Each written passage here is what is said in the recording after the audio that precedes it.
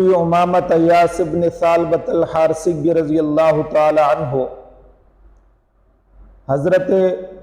ابو امامہ یاس بن ثعلبہ حارثی رضی اللہ تعالی عنہ سے روایت ہے، وہ فرماتے ہیں ان رسول اللہ صلی اللہ علیہ وسلم قال کہ امام الانبیاء پیغمبر حضرت محمد رسول اللہ صلی اللہ تعالی علیہ وسلم نے فرمایا، من اقتطع حق امرئ مسلم بیمینہ، کہ جس آدمی نے اپنی جھوٹی قسم کے ذریعے کسی مسلمان کا حق لیا، فقد اوجب اللہ لہ النار، تو اللہ تبارک و تعالی اس کے لیے جہنم کی آگ کو واجب، وحرم علیہ الجنت، اور جنت کو حرام فرما دیتے ہیں۔ فقال لہ رجل، ایک شخص نے عرض کیا، یا رسول اللہ، وَإِن كَانَ شَيْئًا يَسِيرًا، اگرچہ وہ تھوڑی سی چیز ہی کیوں نہ ہو، تو پیغمبر علیہ السلام نے فرمایا، وَإِن كَانَ قَضِيبًا مِّنْ أَرَاكٍ، اگرچہ وہ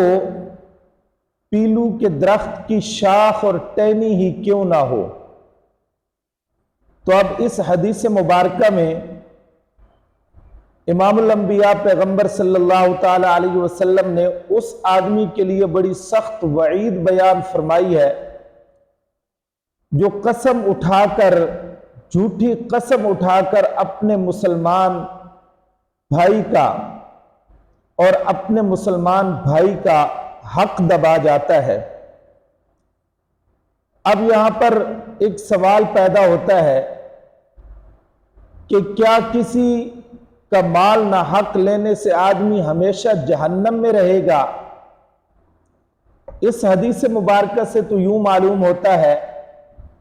کہ اگر کوئی آدمی کسی آدمی کا ناحق مال لیتا ہے تو وہ ہمیشہ کے لیے جہنم میں رہے گا۔